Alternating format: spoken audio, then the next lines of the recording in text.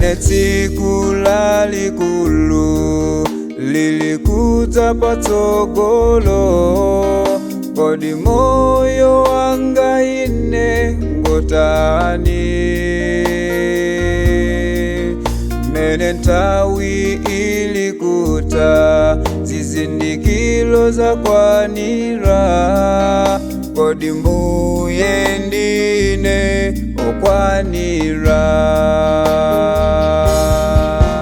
Likubwela tsiku lalikulu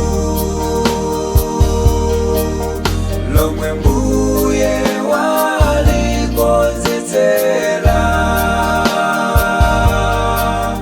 patsikulo kulibe kulapa machimo, nthawi yokonzetsera kulinayo. Usachedwe mfulumila usinte, likubwela tsiku lalikulu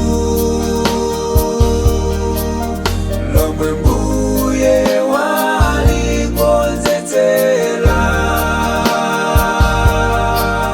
patsikulo kulibe kulapa machimo, nthawi yokonzetsera kulinayo.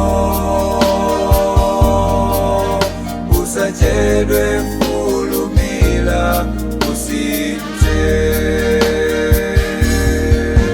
Kodi nanga iwe mbale, moyo wako ndi otani? Kodi nanga za tsikulo wakonzeka motani? Akubwela modzidzimutsa monga ichitila mbala, koza mtima wako leloli. Likubwela tsiku lalikulu